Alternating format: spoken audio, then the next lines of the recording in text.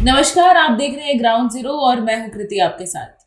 Bihar elections को अब कुछ ही दिन रह गए हैं और 6 और 11 ये 2 तारीख है जब चुनाव होना है वहां पर। और सेकेंड फेज इलेक्शंस के नॉमिनेशन खत्म हो चुके हैं। अब तेज प्रताप, तेजस्वी यादव, जितने भी बड़े नेता थे उन सब ने अपना नॉमिनेशन भर दिया है। तो हमारे साथ है प्रिंस रघुवंशी।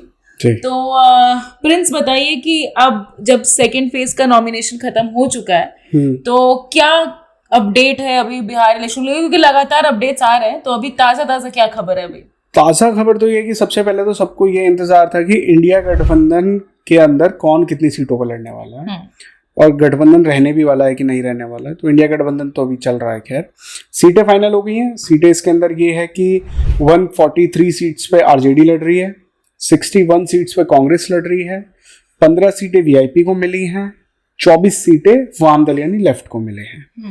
तो ये अभी इनकी करंट टैली है।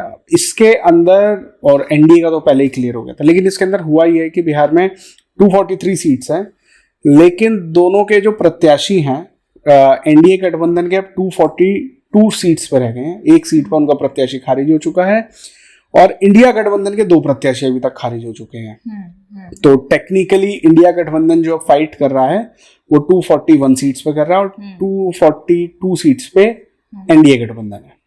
और प्रिंस, इसी बीच एक और खबर आई थी जब जनसुराज के जो फाउंडर हैं प्रशांत किशोर, उनने मीडिया के सामने आकर के एक बहुत बड़ा एलिगेशन लगाया था बीजेपी पर और खास करके कि अमित शाह पर। उन्होंने कहा था कि उनके जो लोग हैं, मेरे ख्याल से 3 जने हैं जिनके बारे में वो मेंशन कर रहे थे कि अमित शाह और बीजेपी ने उन लोगों पर प्रेशराइज किया है कि अपना नॉमिनेशन वापस ले ले, और उन लोगों ने नॉमिनेशन वापस भी ले लिया है। तो एक तरफ एक ये नैरेटिव था प्रिंस, अगर आपको याद हो, कि प्रशांत किशोर की पार्टी को बी पार्टी ऑफ बीजेपी कहा गया था और बहुत सारे ऐसे मीम्स और बहुत सारे ऐसे पोस्ट भी हमने देखे थे जहां पर उनको बी पार्टी कहा गया था। और एक वो नैरेटिव था और एक अभी ये हकीकत है। तो आपको क्या लग रहा है, मतलब प्रशांत का इधर इस तरफ, क्योंकि इंडिया अलायंस और एनडीए अलायंस, इन दोनों में लोगों के खारिज हुए हैं। देखिए, मैं आपको एक बात बताता हूँ, आपने भी काफी कृति जी इलेक्शंस देखे हैं। इलेक्शंस के अंदर पार्टी का रोल प्रत्याशी को सिंबल देने तक का होता है। उसके बाद फिर प्रत्याशी को खुद अपना इलेक्शन लड़ना होता है। पार्टी कैडर सपोर्ट ये सब तो रहता है, लेकिन प्रत्याशी का स्टेक उसके बाद आ जाता है।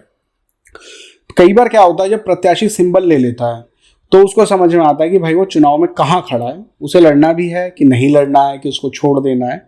तो कई बार जो छोटी पार्टियां हैं, जैसे कि अभी जन स्वराज बहुत बड़ी पार्टी नहीं है, छोटी पार्टी है, तो इनके प्रत्याशी क्या करते हैं कि वो अपर जो हायरार्की है उसके प्रेशर में, प्रशांत किशोर जी का प्रेशर था, उदय सिंह जी का प्रेशर था, या किसी और, या आरसीपी सिंह का प्रेशर था, जिसके भी कैडर से हो, वो उस प्रेशर में सिंबल तो पकड़ लेते हैं, नॉमिनेशन भी भर देते हैं। लेकिन नॉमिनेशन भरने के बाद उन्हें पता चलता है कि भाई अगर शाख भी बचानी है, चुनाव लड़ना है नॉमिनेशन के बाद, तो उसमें कितना पैसा खर्च होगा, पैसा कहाँ से आएगा। सपोज करिए पैसा भी खर्च करें, लेकिन इज्जत वाले वोट नहीं मिल पा रहे हैं कि जमानत भी बच पाए, तो कई बार क्या करते हैं, प्रत्याशी अपना नॉमिनेशन विड्रॉ कर लेते हैं, वो नहीं लड़ते हैं, या जानबूझ के कई बार वो गलतियां करते हैं जिससे उनका जो नॉमिनेशन है वो कैंसिल हो जाए, क्योंकि वो लड़ना नहीं चाहते हैं। तो कई बार वो चीजें होती हुई दिख रही हैं। तीसरा बड़ा इंपॉर्टेंट पॉइंट आता है कि जहां पर बड़े प्रत्याशी लड़ रहे होते हैं, जैसे कि दानापुर विधानसभा की बात कर लेते हैं। दानापुर विधानसभा में रामकृपाल यादव इस बार विधानसभा का चुनाव लड़ रहे हैं, रीतलाल यादव उनके सामने हैं। तो वहां पर जन स्वराज ने एक वैश्य समाज के व्यक्ति को टिकट दिया था और वो इसके एनडीए गठबंधन के अच्छे वोट काट सकते थे। तो अब वो बैठ गए, वो भी चुनाव नहीं लड़ रहे हैं, वो भी ऑलमोस्ट बैठ चुके हैं, तो वो उन्हें भी बीजेपी ने बिठाया। तो सिंबल देने के बाद प्रत्याशी को चुनाव लड़ना है नहीं लड़ना है तो प्रत्याशी पर डिपेंड करता है ना। तो इसमें प्रशांत किशोर भी कुछ नहीं कर सकते हैं। तो यही चीजें हो रही हैं। अब वो एलिगेशन तो लगाएंगे क्योंकि उन्हें अब लाइमलाइट में बने रहना किसी भी तरीके से।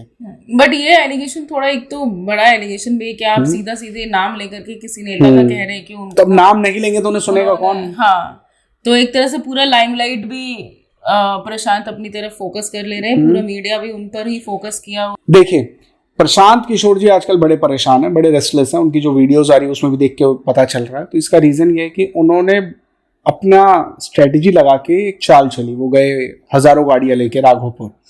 जब उन्होंने राघोपुर का दौरा करा तो उन्हें एक बात समझ में आई कि जो वो हजारों गाड़ियां लेके आए हैं वो राघोपुर की नहीं है, वो उनके समर्थकों की है जो अगल बगल के हैं, साइड के हैं। तेजस्वी यादव जो राघोपुर आते हैं तो 2-4 गाड़ियां लेके आते हैं और यहीं की 1000 गाड़ियां उनके साथ हो जाती हैं। गढ़ है उनका, गढ़ है उनका। तो फिर और जब प्रशांत किशोर 2-3 दिन गए वहां पे, उन्हें समझ में आ गया कि राघोपुर जीतना बहुत मुश्किल है। तो अगर यहाँ पे लगते हैं तो समय भी जाएगा, एनर्जी भी जाएगी, और गलती से अगर हार गए तो एक ये ऐसा स्टैंप हो जाएगा जो गंदा नैरेटिव। क्या मतलब, उन्हें पूरी जीवन सुनना पड़ेगा कि भाई आप कह रहे थे हमने प्रधानमंत्री बना दिए, मुख्यमंत्री बना दिए, सांसद बना दिए, और आप खुद विधानसभा हार गए। बताइए ये कैसी बात हुई। तो ये जब समझ आया प्रशांत किशोर को, तो उन्होंने फिर कहा कि मैं चुनाव नहीं लड़ूंगा। अब उन्हें लगा कि उन्होंने जो बोला है वो चीज लोगों को ठीक लगेगी कि हाँ ठीक है, समय के पाबंद ये वो, और वो समय नहीं दे पाएंगे। लेकिन फिर सबने ये कहा कि भाई आप जिसके सामने चुनाव लड़ रहे हैं वो भी तो यही काम कर रहे हैं। तेजस्वी यादव भी पूरा बिहार प्रचार कर रहे हैं और वो तो और कम टाइम दे पाए हैं, और लार्जेस्ट पार्टी है बिहार की।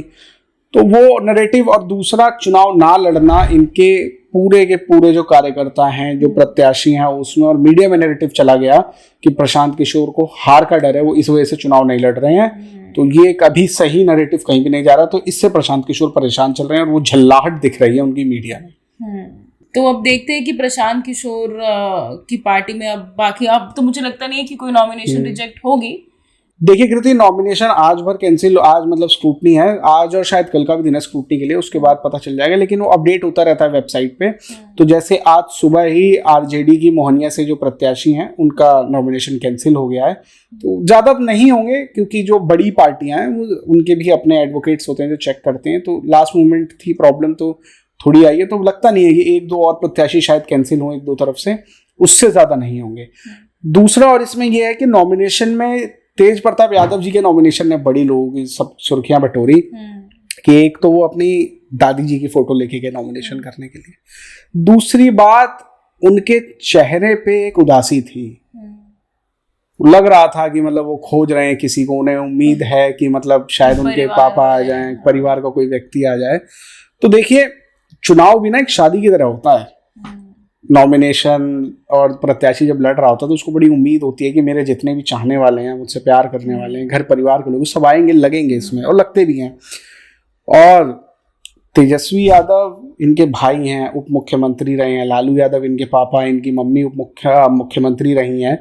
तो तेज प्रताप उस पार्टी में रहे हैं और इनका जो परिवार है वो बिहार की इस टाइम पे सबसे लार्जेस्ट पार्टी। और जब तेज प्रताप नॉमिनेशन भरने जा रहे हैं, उन्हें एक अलग पार्टी बनानी पड़ गई और खुद नॉमिनेशन करना पड़ा, अकेले नॉमिनेशन करना पड़ा। तो था, काफी उदास लग रहे थे वो, काफी लोग इमोशनल भी हुए वो देख के कि मतलब कैसे राजनीति में कुछ भी हो सकता है और कुछ भी हो रहा है। तो वो जबकि दोनों लालू के लाल अलग अलग पार्टियों से नॉमिनेशन भरे हैं। तो अब तो देखते हैं, ये राजनीति तो बहुत दिलचस्प होने वाली है कि तेज प्रताप यादव अपनी विधानसभा से जीत कर आते हैं कि नहीं आते हैं, और अगर जीतते हैं तो कितने मार्जिन से जीतते हैं, आरजेडी का कितना वोट उनके पास जा पाता है, या वो अपना उनका खुद का कितना वोट रहता है। इस बीच यार प्रिंस, एक चीज थी कि सवर्णों को लेकर के राजनीति बिहार में थोड़ी सी गर्म हो रही है। तो एनडीए का, जैसा हम लोगों ने थोड़ा सा स्टडी किया था कि एनडीए सवर्णों को काफी टिकट दी है। तो इस पे थोड़ा सा आप प्रकाश डालेंगे कि मतलब आखिर जो ये सवर्णों को ज्यादा टिकट देना, आपको क्या लगता है, क्या कैसा पॉलिटिकल? देखिए, अगर पूरे बिहार की बात करें तो बिहार में 15% स्वर्ण है, लेकिन भाजपा ने 51% स्वर्णों को टिकट दिया है, जिसमें भाजपा ने सबसे ज्यादा राजपूतों को टिकट दिया है, जिसमें 21 राजपूत हैं, 16 भूमियार हैं और 11 ब्राह्मण हैं, और 1 कायस्थ को टिकट दिया गया। ठीक है, तो ये इस बार इन्होंने राजपूतों को ज्यादा टिकट दिया है। तो ये माना जा रहा है कि जो लोकसभा इलेक्शन हुए थे 2024 वाले, उसमें जो राजपूतों की नाराजगी थी, पवन सिंह को टिकट नहीं देना था, उसकी वजह से 6-7 सीटों पे नुकसान इन्हें झेलना पड़ा था। तो 6-7 सीटों का मतलब आप समझ लीजिए कि बिहार में लगभग एक लोकसभा के अंदर 6 सीट है, तो 6-6-36, तो 6 सीट हर लोकसभा में है, और 6 लोकसभा है हमारे पास, तो 6 × 6 36 सीट्स हो जाती हैं। तो उस पर डायरेक्ट प्रभाव कहीं ना कहीं है। तो उस चीज को जो नुकसान ना हो, खामियाजा ना हो, इसलिए भाजपा ने राजपूतों को और स्वर्णों को तवज्जो दी है। हाँ, तो अब मतलब हाँ, अब देखते हैं कि ये जो मूव है बीजेपी का, एनडीए का, कि सवर्णों को सबसे ज्यादा उन्होंने टिकट दिया है, देखते हैं कितना सक्सेसफुल होता है चुनाव में। बाकी बिहार से रिलेटेड सारे अपडेट्स के लिए आप हमारे साथ जरूर जुड़े रहिएगा और कमेंट सेक्शन बताइएगा कि आपको कौन से वीडियो देखने हैं। हमारे इस वीडियो को भी शेयर करिएगा और चैनल जरूर सब्सक्राइब कर लीजिएगा। बहुत बहुत धन्यवाद।